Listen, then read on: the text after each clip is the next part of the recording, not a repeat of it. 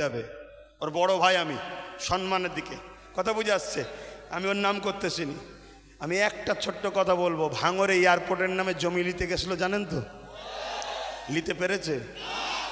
এটা তোমরা বেঁচে, তোমরাই তোমাদের নিজেদের তকদিরকে, আল্লাহর হুকুম তো বটে, করেছো ভালো। কি যদি ও না থাকতো, অন্য কেউ থাকলে একদিন সই করে জমিলে লাখ লাখ হাজার হাজার মুসলমানদের ঘরে উচ্ছেদ হয়ে যেত। কথা মাথায় ঢুকছে? কিন্তু ওই নেশার ঘোর এখনো কাটেনি। শুধু একটাই করো, যেখানে মুসলমান গ্রুপ বেশি হয় কেস দিয়ে তুলে দাও, নাই ভোটাভুটিতে ভাগ করে দাও, আর না হয় জমি অধিগ্রহণের নামে কেড়ে নাও। তো ভাই আমি আর কথা বাড়াবো না। আগামী দিন আপনারা আমার সাথে আছেন তো নাকি? কথা বলুন, আছেন তো নাকি? একেবারে সত্য হাত তো, এটা একদম কোনো ধোকা নয় তো।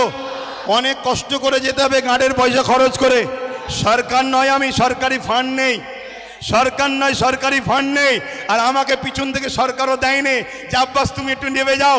আমাকে বলুনি, শুধু ওইদিকে বলো না, আটানা যে খাবে সেও চোর, 1 টাকা যে খাবে সেও চোর।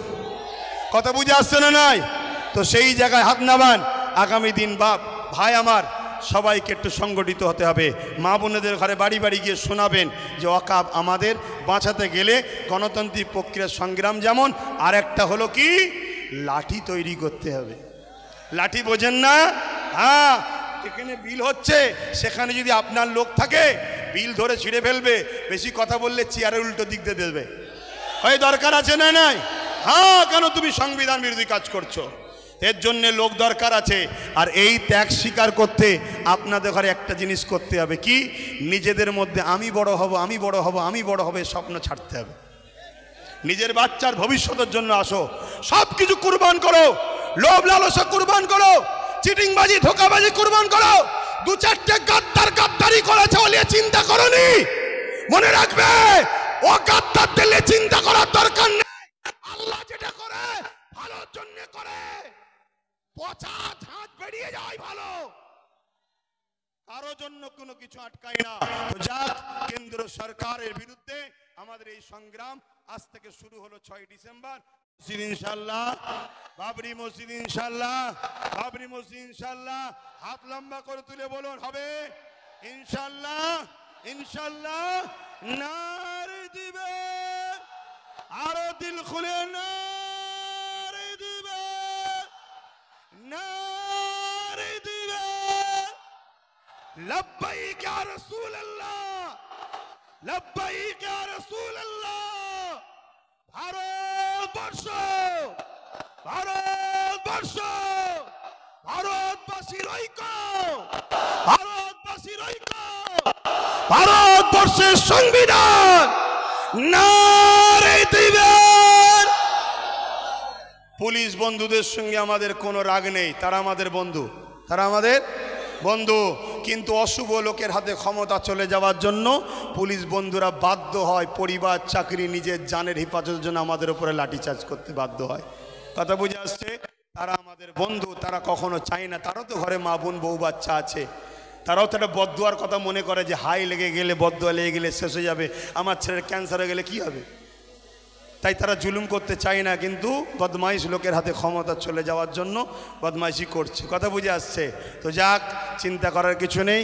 আমি এখানে সংক্ষেপ করছি, আস্তে আস্তে ঘরে যাবেন, আস্তে আস্তে ঘরে যাবেন। মনে রাখবেন, এ দেশ আমাদের ছিল, আছে, থাকবে। সংবিধান ছিল, আছে, থাকবে। সরকার আছে, পড়ে যাবে। কেন্দ্র সরকার যেটা করছে অন্যায় করছে। আসুন ছোট করে একটু দোয়া, আল্লাহুম্মা আমিন, আল্লাহুম্মা আমিন।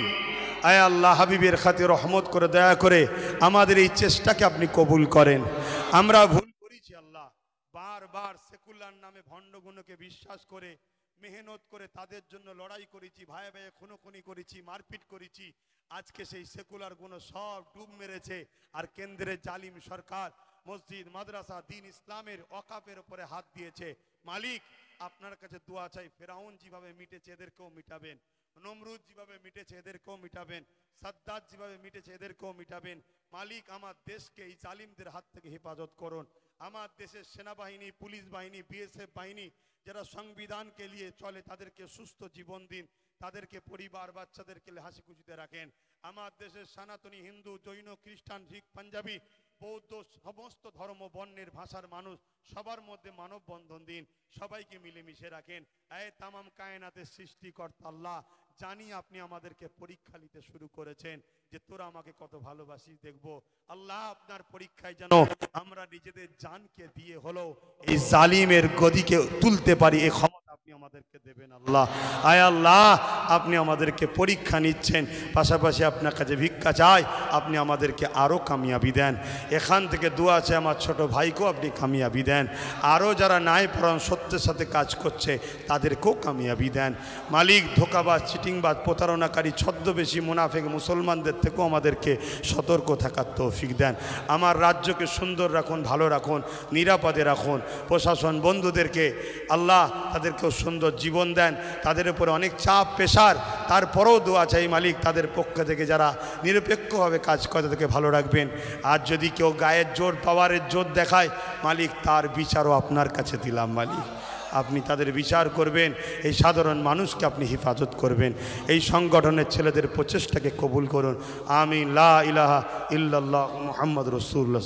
আসসালামু আলাইকুম।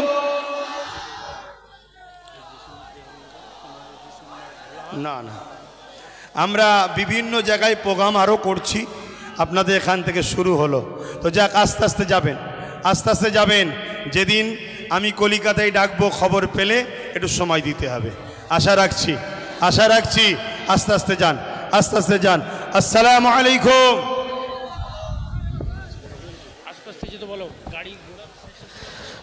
স্বেচ্ছাসেবক ভাই যারা আছেন, আপনারা গাড়িগুলো যাতে করে ভালোভাবে বার করতে পারে সেই ব্যবস্থাটা আপনারা করে দিন। রাস্তাটা ক্লিয়ার রাখবেন, রাস্তাটা ক্লিয়ার রাখবেন। সাথে সাথে প্রতিটা স্বেচ্ছাসেবী ভাইদেরকে বলবো আপনারা শেষ পর্যন্ত এই মেলা মাঠে থাকবেন। যতক্ষণ না পর্যন্ত সমস্ত কর্মীরা এখান থেকে বাড়ি ফিরে যাবে ততক্ষণ পর্যন্ত আপনারা এখান থেকে যাবেন না। যাতায়াতের কোনো রকম যেন অসুবিধা না ঘটে সেটা আপনারা লক্ষ্য রাখবেন। সাথে সাথে যেখানে গাড়ি পার্কিং আছে, স্বেচ্ছাসেবী ভাই আপনারা গাড়িগুলো সুন্দরভাবে বার করার মতন ব্যবস্থা করে দিন। যারা গাড়ি রেখেছেন আপনারা বেশি তাড়াহুড়ো